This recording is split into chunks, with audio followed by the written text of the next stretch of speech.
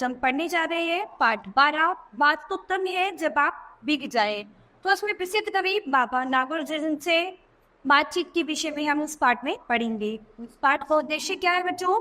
देश तथा समाज का विश्लेषण, तांत्रिकता, सत्यता, निर्भीकता, कर्मठता, साहस, आशावादी दृष्टिकोण, आत्मविश्लेषण, जीवन को सोचने समझने का प्रयास करना। पाठ प्रवेश। हिंदी साहित्य के प्रतिष्ठित कवि बाबा नागरजन का यह साक्षात्कार जुलाई 1990 में लखनऊ में अपूर्व श्रीवास्तव ने लिया था और तब यह विशेष साक्षात्कार नव भारत टाइम्स में छपा भी था। इसको किसने लिया था? अपूर्व श्रीवास्तव जी ने लिया था और तब यह साक्षात्कार जो था नव भारत टाइम्स में छपा भी था। इंटरव्यू से साफ लगता है कि उनकी बातें आज भी उतनी ही सामने की हैं जितनी 25 वर्ष पूर्व थी। इस चर्चित साक्षात्कार को सन 1990 के राजनीतिक और सामाजिक संदर्भ में देखा जाना चाहिए। इस आवश्यकता अनुसार संपादित भी किया गया है। ठीक है, तो आइए उनके बारे में चर्चा करते हैं। प्रसिद्ध कवि बाबा नागरजन से बात। बाबा नागरजन को आप सिर्फ जन कवि कहकर बांध नहीं सकते। खुद बाबा को भी यह नापसंद है। बाबा अपने को जनता का कवि मानते तो हैं, पर सिर्फ इतना ही नहीं, 80 साल की उम्र में भी उनकी घुमक्कड़ प्रवृत्ति, 4 बार रेलवे स्टेशन पर गंगाराम पुली से लेकर इंदिरा नगर में कवि, लेखक और उनके प्रिय वीरेंद्र यादव के घर पहुंचने से पहले टेम्पो के हनीफ तक से गपियाना, बिहार में कहाँ क्या हो रहा है जानना, लालू यादव क्या कर रहे हैं और क्या नहीं, पूरे यूरोप में क्या हो रहा है, आदि आदि। बाबा का कहना है घुमक्कड़पन ही तो मुझे आगे जीने की इच्छा देता है। यानी वो अपने घुमक्कड़पन के बारे में बताते हैं कि 80 साल की उम्र में भी मैं इतना घुमक्कड़ हूँ कि वो हर चीज़ की जानकारी रखते हैं कि कहाँ क्या चल रहा है, कौन क्या कर रहा है, क्या नहीं कर रहा है। तो वो कहना चाहते हैं कि ये जो घुमक्कड़पन है यही तो मुझे आगे जीने की प्रेरणा देता है, जिसकी वजह से मुझे आगे जीने की और इच्छा है। न जाने कितने लोगों से अभी मिलना है और कितनी जानकारी और प्राप्त करनी है अभी, और वो सोचते हैं कि अभी पता नहीं मुझे कितने लोगों से और मिलना है और पता नहीं कितनी जानकारियां प्राप्त करनी है। पता नहीं किस मजदूर से, किस क्षेत्र से और किस छात्र से क्या मिल जाए। तो वो यही सोचते हैं कि पता नहीं कब कहाँ किससे क्या मिल जाए। बाबा कहते हैं कि मेरे जैसे कवि के लिए घूमना फिरना जरूरी है। देश के दूरस्थ इलाकों में भ्रमण करके मुझे रचनात्मक ऊर्जा मिलती है। लगभग 1 दर्जन कविता संग्रह तथा वरुण के बेटे रतिनाथ की चाची, इमरतियाँ, जनमतियाँ का बाबा, कुंभी पाक आदि उपन्यासों के लेखक और साहित्यकार हुई तथा उत्तर प्रदेश हिंदी संस्थान के सर्वोच्च पुरस्कार भारत भारती से सम्मानित बाबा ऐसा नहीं कि विवादित न रहे हो। तो क्या है कि हर इंसान विवादित रहा है, तो इतनी सारे पुरस्कारों से सम्मानित होने के बाद भी वो विवादित रहे हैं। इंदु जी क्या हुआ आपको? ऐसी चर्चित कविता लिखने वाले इस रचनाकार ने जब तत्कालीन प्रधानमंत्री इंदिरा गांधी से भारत भारती पुरस्कार ग्रहण किया तो कई साहित्यकारों ने नाक भुए सिकोड़ी। तो जब इन्हें ये भारत भारती पुरस्कार प्रधानमंत्री इंदिरा गांधी द्वारा सम्मानित किया गया तो बहुत सारे साहित्यकार ऐसे थे जिन्होंने अपनी नाक सिकोड़ी। इसी तरह जनसत्ता में प्रकाशित सतीकांड संपादकीय के विरोध में लेखक पत्रकारों ने मोर्चा संभाला।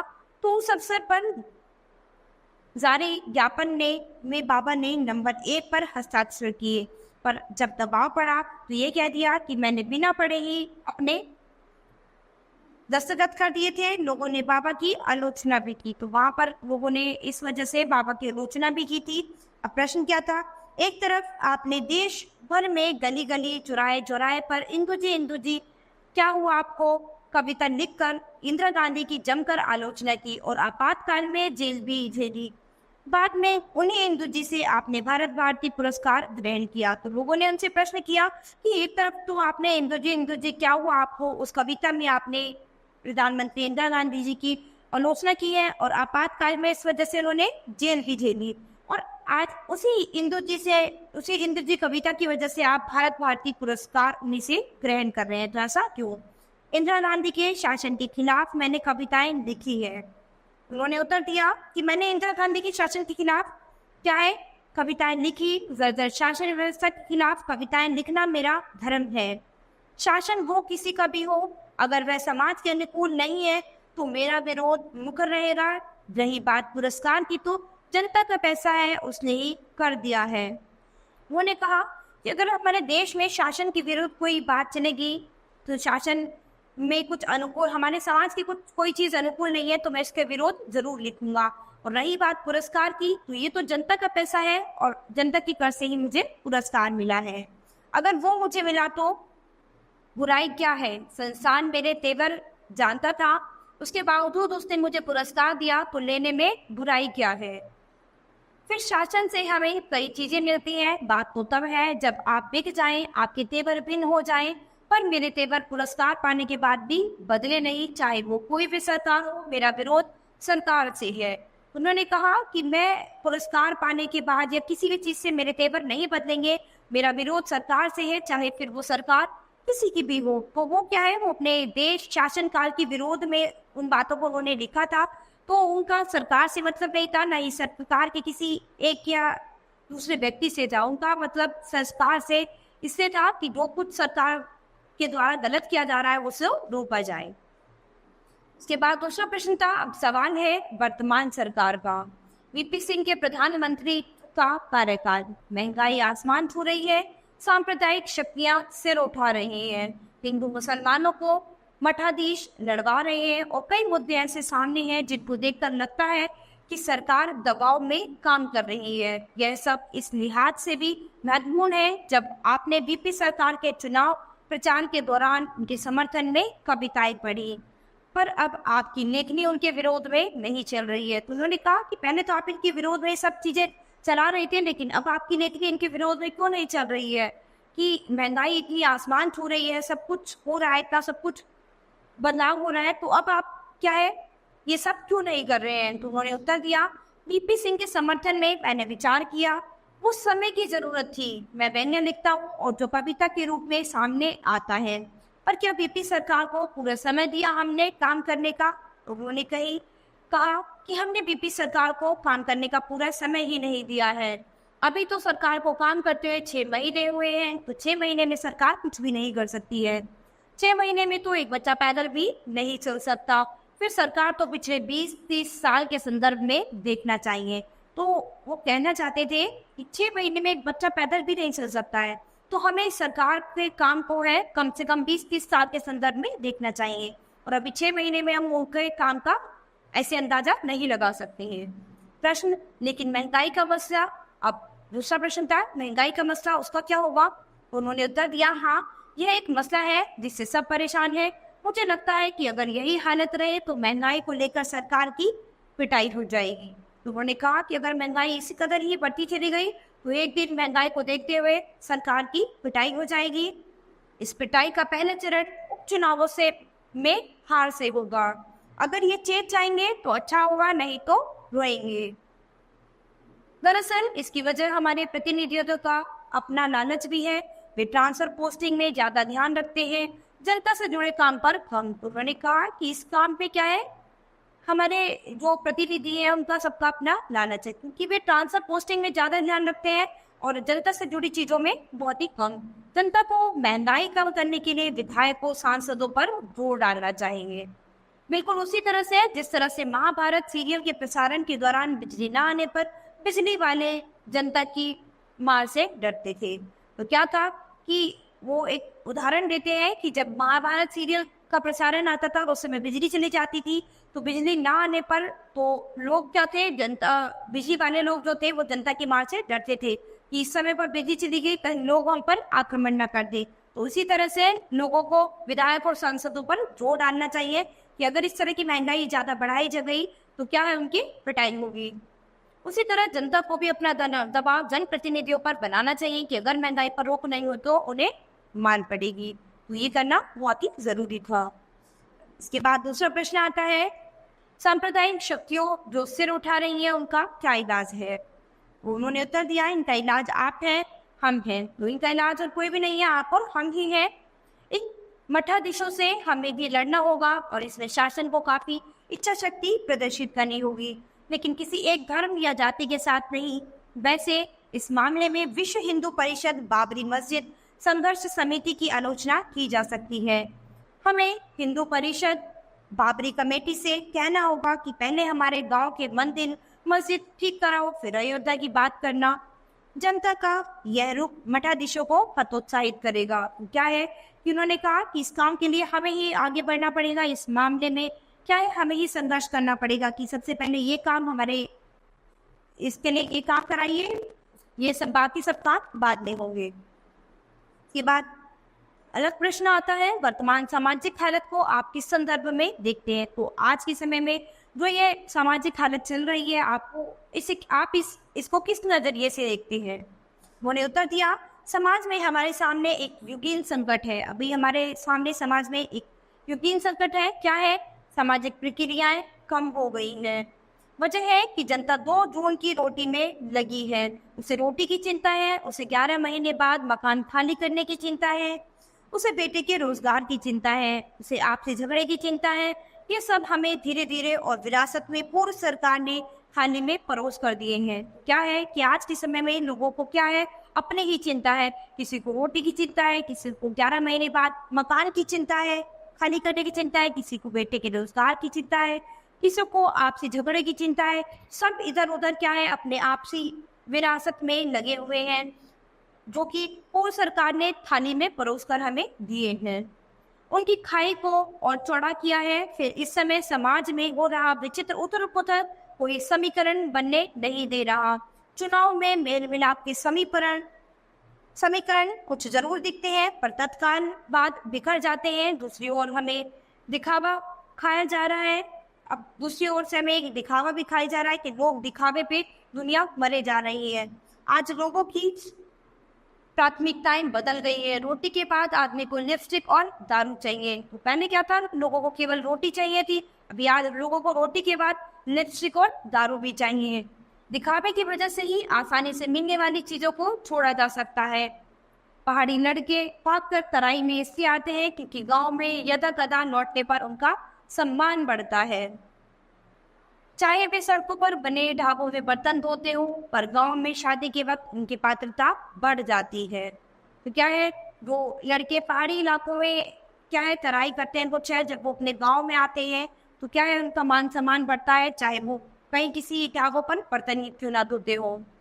उन्हें अच्छी लड़की मिलती है। ऐसी तमाम बातें हैं। रुचियां विकृत हुई हैं, साहित्यिक गतिविधियां कम हुई और साहित्यिक रुझान कम हुआ है। अब अगला प्रश्न आता है, अब बाबा आपकी साहित्यिक बात, आपको प्रेरणा कहाँ से मिलती है कुछ लिखने की? अब वो बाबा की ही साहित्यिक बात के बारे में एक प्रश्न करते हैं कि आपको ऐसी प्रेरणा कहाँ से मिलती है कुछ भी लिखने की, कि आप इतना सब कुछ ऐसे कैसे लिखते हैं, इतना सब कुछ लिखने की आपको कहाँ से प्रेरणा मिली है? फिर उन्होंने उत्तर दिया, मेरी घुमक्कड़ प्रवृत्ति ही इस मामले में मेरी सहायक है। उन्होंने बताया कि मेरी जो घुमक्कड़ प्रवृत्ति है, जो घूमने का जो शौक है, कहीं जाना, कहीं किसी से कुछ जानना, कहीं किसी से कुछ जानना, तो यही मेरी इस मामले में सहायता करती है। तुमसे प्रेरणा मिलती है युवाओं से, गरीबों से, मजदूरों से। उन्होंने कहा, मुझे युवाओं से, गरीबों से, मजदूरों से, सभी से प्रेरणा मिलती है। उन्हीं के बीच रहता हूँ और उन्हीं के बीच अध्ययन करता हूँ। बच्चे बूढ़े के दर्द को समझता हूँ, यही दर्द मेरे लिए प्रेरणा है। वो कहते हैं कि मैं आप सभी के बीच रहता हूँ, बच्चे बड़े बूढ़े सभी के बीच अध्ययन करता हूँ और सभी के दर्द को समझता हूँ, और यही मेरी प्रेरणा है। फिर अगला प्रश्न आता है, आपकी कविता की भाषा को लेकर हरी भरकम शब्दों का इस्तेमाल करने वाले कवि कई तरह की बातें किया करते हैं। अब उन्होंने कहा कि आपकी कविता की भाषा को लेकर जो भारी भरकम शब्दों का आपने इस्तेमाल किया है, उसको लेकर कई कवि जो है वो तरह तरह की बातें किया करते हैं। वो भी इसका उत्तर देते हैं, करने दो, मुझे लगता है कि जनता समझती है, सुनती है, तो उन्हीं की भाषा में लिखना चाहिए। तो क्या है कि उन्होंने कहा कि जिसको जो करना है करने दो, मुझे नहीं लगता, मुझे ऐसा लगता है कि जनता जो कुछ सुनती है, समझती है, उसी भाषा का हमें प्रयोग करना चाहिए। कबीर अगर संस्कृतनिष्ठ भाषा इस्तेमाल करते होते तो कौन उन्हें सुनता? मैं भाषाई तेवर समझने की कोशिश करता हूँ, लोगों की बातचीत मेरी कविताओं के शब्द है। तो उन्होंने कहा कि लोग जो बातचीत करते हैं आम भाषा में, मैं उन्हें कविताओं के माध्यम से लिखता हूँ, वो मेरे कविताओं के शब्द बन गए हैं। ये शब्द अपने आप निकल आते हैं तो गढ़ से क्या करूँगा। ठीक है, तो अभी इनका अगला प्रश्न आता है, आपने कविता के आगे गद्य की तरफ कम ध्यान दिया, ऐसा भेदभाव क्यों? तो उन्होंने कहा कि आपने कविता के सामने गद्य को बहुत ही कम भाव दिया है, तो ऐसा क्यों किया है?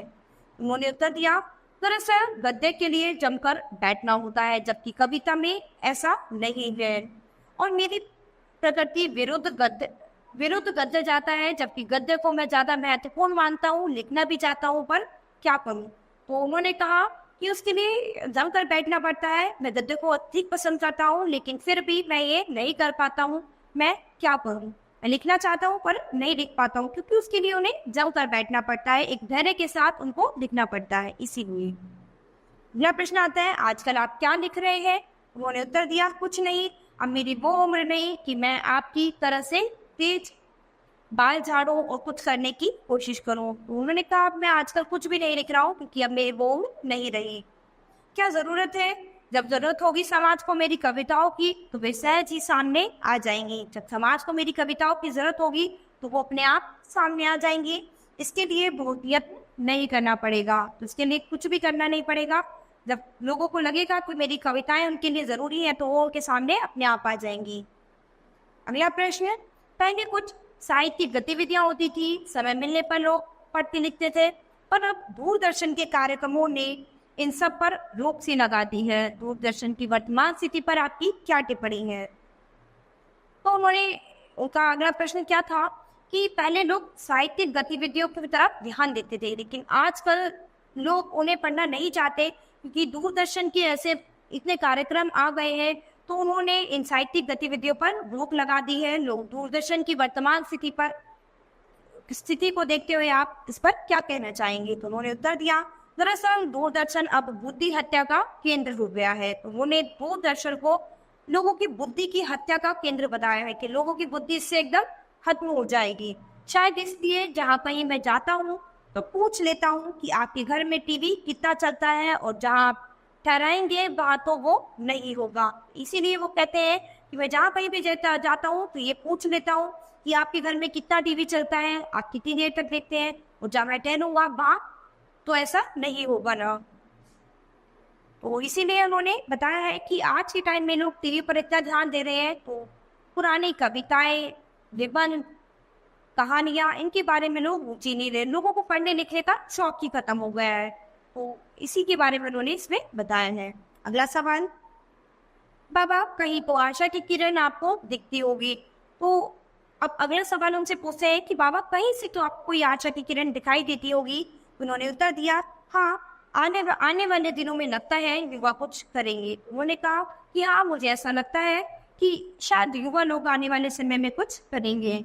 वे तकनीक की ओर बढ़ रही है, उन्हें राजनीति से भी तृष्णा हो रही है। आज बनिया का लड़का भी नया तकनीकी धंधा करना चाहता है। तो क्या है कि आने वाले समय में लोग नई नई तकनीकी ढूंढेंगे, नए नए काम के तरीके ढूंढेंगे। तो आज बनिया का लड़का भी जो है वो नई ढंग से, नई तकनीकी से धंधा करना चाहता है।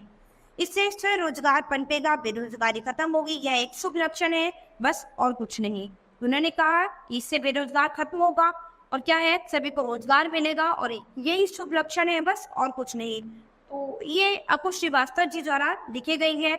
तो यहाँ पर बाबा नागार्जुन जो है, उनके ये कविताओं के बारे में लोगों ने उनसे जो प्रश्न किए थे उसके बारे में है कि लोग किस तरह से इनके साथ वो करेंगे। तो बच्चों, ये पाठ हमारा यही खत्म होता है। अब हम अपनी नई क्लास में मिलेंगे अपने नए पाठ के साथ। धन्यवाद।